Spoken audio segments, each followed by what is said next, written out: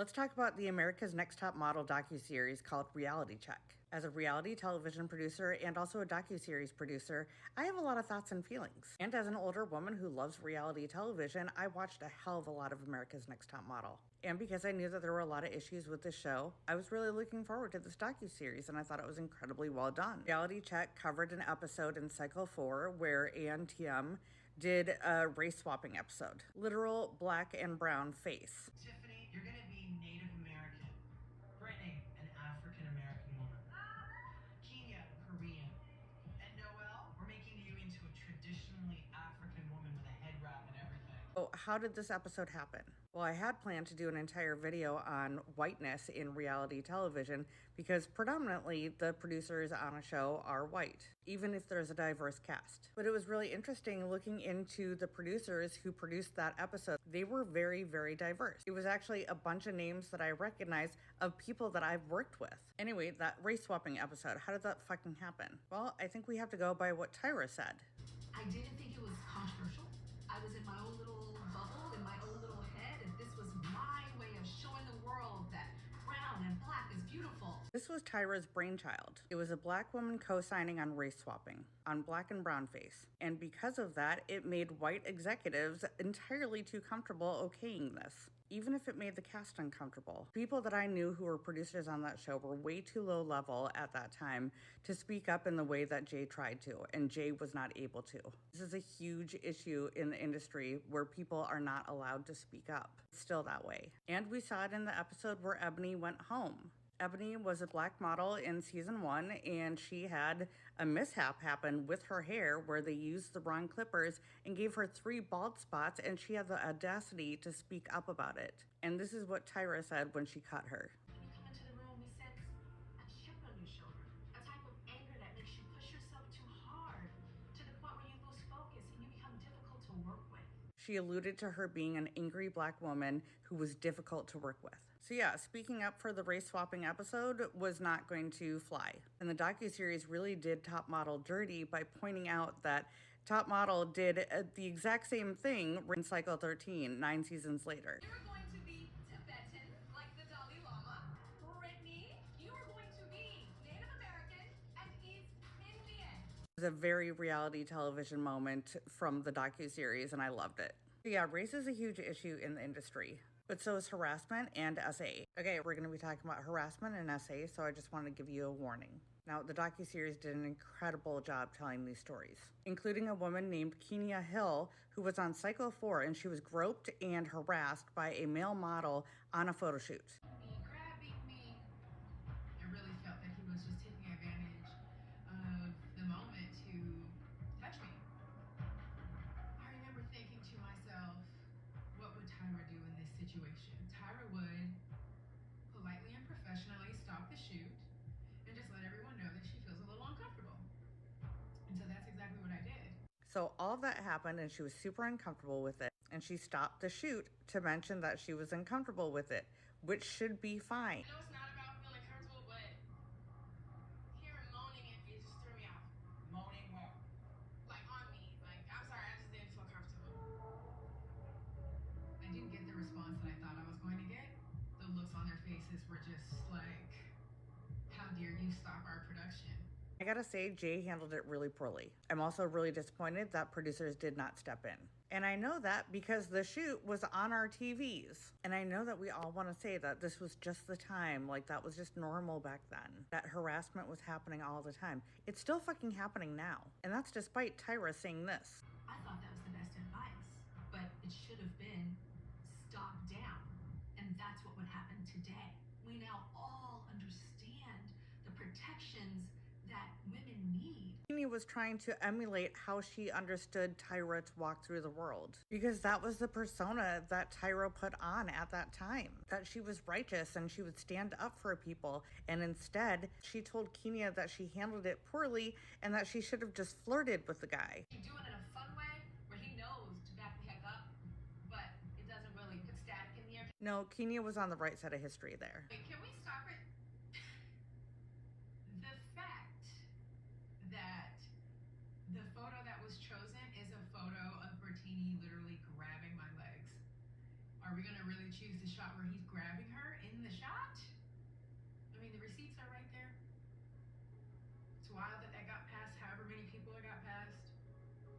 That was just one of the stories that they highlighted, and I'm going to be talking about SA specifically right now, like what happened to Shandy Sullivan in Cycle 2. Just want to give you a warning. So Shandy and the other finalists went to Milan, and she ended up cheating on her long-term boyfriend while she was there. At least that's the story that Top Model told. What we learned from the docuseries is that she was actually blackout drunk when it happened. She had been drinking and was hanging out in a hot tub, which speeds up the process of alcohol in the system. So I'm not going to show that scene here for obvious reasons. Oh, I've never seen it. I don't want to see it. But she was extremely intoxicated and therefore unable to consent. When all the women were cast, they were all told that everything would be filmed, good, bad, ugly, and apparently grape. They were not told that it would be put in the show, but apparently executive producer Ken Mock made the decision to put it in the show. I will tell you this, when I went into post and saw the footage, we scaled back that scene in a significant way. I'm not head of story, that's Ken Mock. It's important for people to know that we didn't put everything on TV. It's so crazy to hear both him and Tyra say that they scaled way back on what they showed, as though showing any of it was okay. And I know that people are going to want to blame it. That was the time. However, we are in 2026. I don't know when this docuseries was filmed, but Ken and Tyra being like, we only showed a little bit of it. You showed a little bit of Shandy being SA'd. Does that make it better? What's even worse is I think at the time they knew what happened. I think that the producers knew that they should have stepped in, because Shandy's reaction the next day was not a normal reaction for somebody who had cheated on her boyfriend. After that, I believe, did they show it on camera? They took her to the doctor? I mean, production was responsible for her.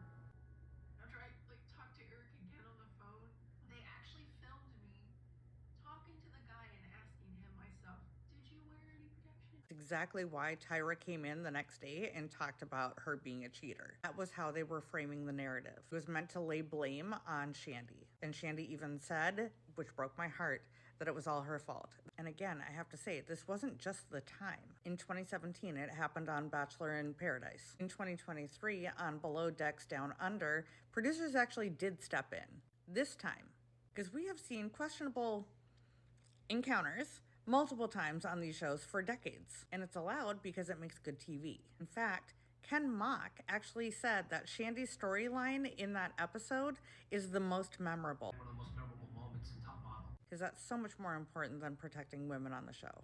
Made for good TV.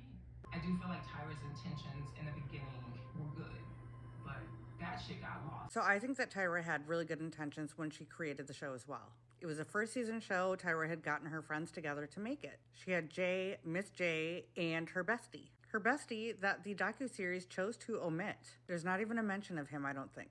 This was a man that Tyra had known since she was a kid and is literally the co-creator of the show, a guy you may have heard of named Kenya Barris. He created that show Blackish and all of its offshoots. It's actually kind of suspicious that he wasn't even mentioned. Anyhoozle, Tyra had gotten her friends together and they were going to make this show.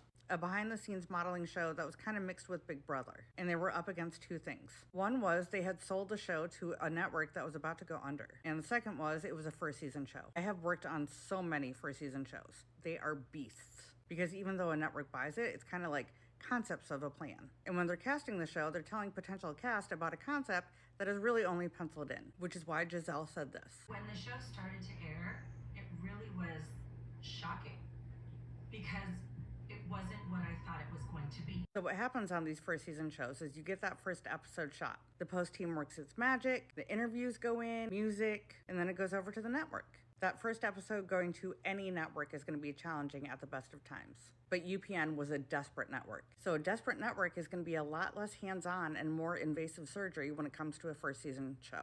They don't care about the cast, these people that you've gotten to know, your family. They only care about making a hit that will keep the network alive and make them a ton of money. So they'll watch that first episode, they'll see one little thing that they like that has nothing to do with the show, and they'll be like, this is what we want the show to be about. Even if it goes against everything that you wanted for the show. So if you say no to them, you're out. And someone else will make your baby. So you have to go back to the drawing board. You might have to film new scenes, new interview bites. And since it's a first season show and it's a failing network, they don't have any money, mainly because they're keeping all of it for themselves. So you're now working with a skeleton crew. Acid burned in my stomach because there was just so much to do And Ken Mock turned into a cameraman because we were cameraman short, didn't have budget. So it's a shit ton of extra work with very little reward. So that first episode that is now completely different, it's been completely revamped, goes back to the network. Network is going to hate it. They're going to want it completely revamped again. Rinse, lather, repeat. Producers didn't have a lot of experience. Tyra certainly didn't have experience. I started to think that it really wasn't a model show, that this was really a new way of making TV shows. In our confessionals, I could feel the push of producers trying to navigate us against each other. The show had a lot to prove. I was on a first season show once. I was hired for 3 months. That is what my job was going to be. That's a decent amount of time for an established show, not a first season show. But my out date would keep on coming up and they would keep on asking me if I could stay on every time the network changed its mind. I was on that show for a year before it finally aired. The show started as a drama, and when it aired, it was a comedy. So I totally agree with Danielle that Tyra likely started out with very good intentions, and then the network got involved. And the network believed to keep the show fresh, they had to have more and more shocking moments.